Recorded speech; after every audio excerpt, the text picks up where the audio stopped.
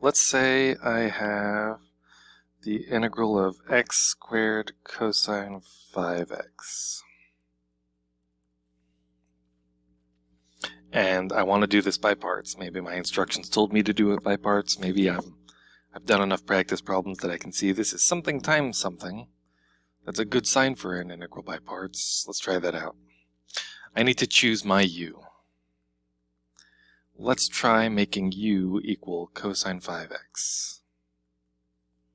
If u is cosine 5x, dv must be everything else. So dv is going to be x squared times dx. That's everything. Okay. If u is cosine 5x, then what's du?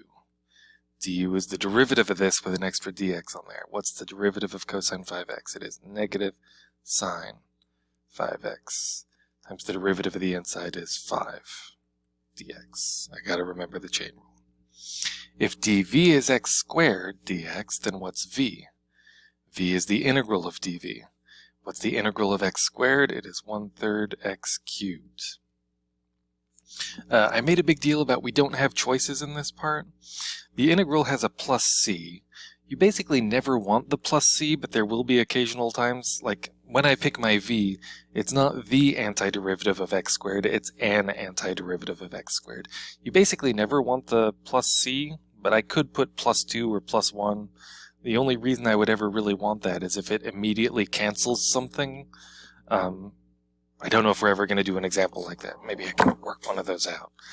There are very rare occasions where you actually want to use the plus c part that you're allowed to use. Okay, let's use the integral by parts formula. I got equals integral of u dv equals uv minus the integral of v du. This is the integral of u dv. So yes, this does equal the left-hand side. Equals, what's the right-hand side? U times v is this times this. It looks nicer if I put the v first. 1/3 x cubed cosine 5x minus the integral of v, 1/3 x cubed, du is negative 5 sine 5x dx. I'm going to pull the negative 5 and the 1/3 out as a negative 5/3. The negatives will cancel with that. I'm left needing to do the integral of x cubed sine 5x. This stuff on the left stays the same. There usually comes a point where I get so bored that I stop writing that and, come back and fill it in when it matters. But you don't feel obligated to keep writing this down every single time. I will probably do it while I'm teaching them.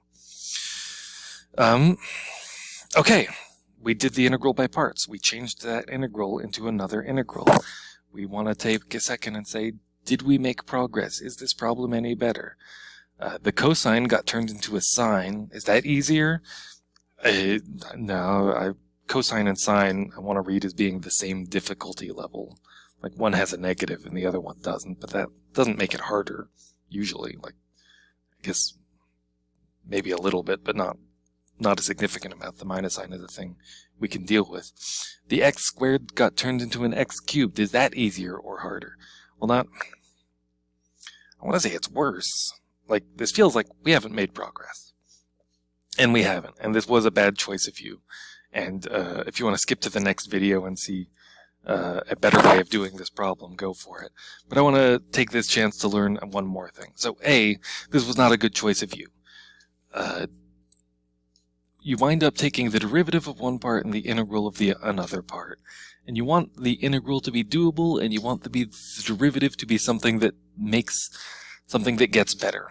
If I look at what went right in this x e to the x problem, when I take the derivative of x, it just goes away. I love choosing x to be my u, because when I take its derivative, it's gone. And now my integral is easier. Assuming you're still able to do this part, which is an assumption, then using your x as your u is often a good idea. Anyway, I want to keep going with this one that has gone badly, and learn one more lesson from it, though, which is, let's say I want to keep going with this, and I'm going to try a new substitution, a new integral by parts. Hey, by the way, this new integral, it's best if you can do it right away. If you can't do it right away, if you've made progress, all the options are up in the air. It might be a good idea to do a substitution on this. It might be a good idea to do an integral by parts on this. Those are the only big tricks we're ever going to learn, so those are the only things we really know to try. Let's try doing parts again.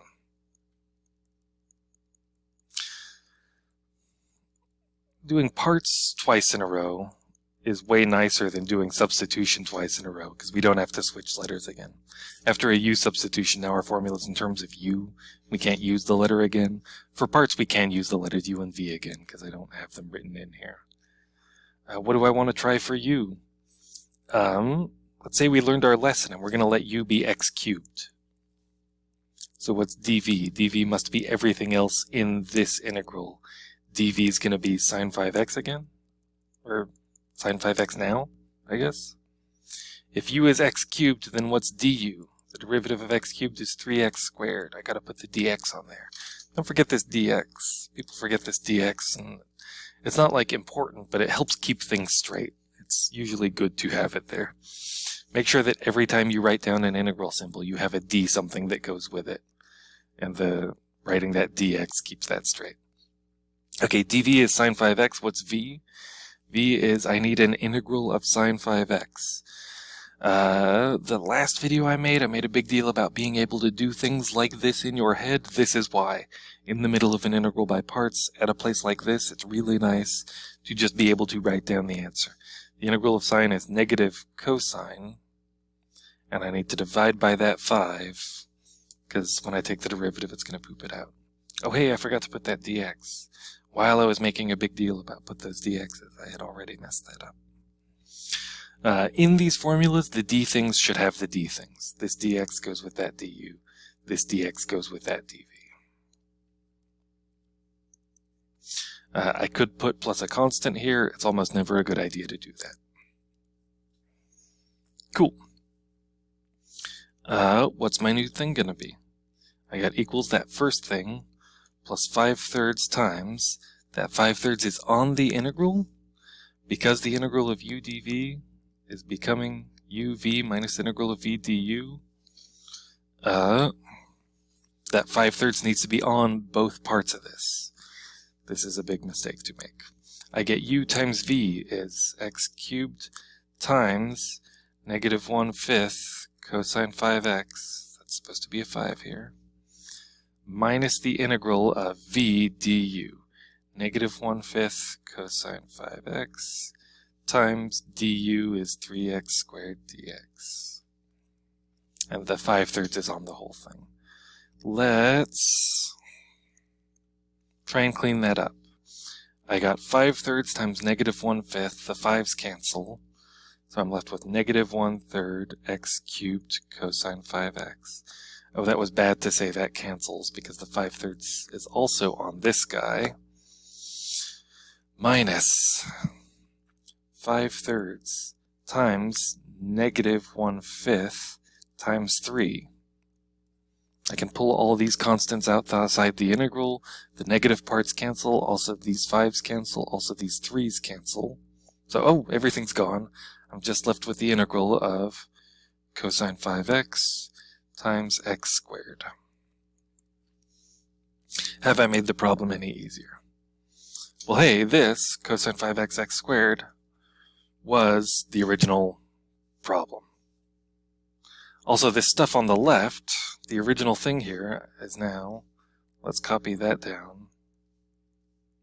I have 1/3 x cubed cosine 5x minus 1/3 x cubed cosine 5x plus the integral of cosine 5x x squared oh my. This cancels. I got the original integral equals the original integral. The lesson here, when you do parts twice in a row, you want to make sure you're moving in a forward direction. If your u thing was the old v thing, then doing parts twice in a row is like one of those magician's knots that unties itself. You will end up with the original problem. There are times that you do want to do parts twice in a row,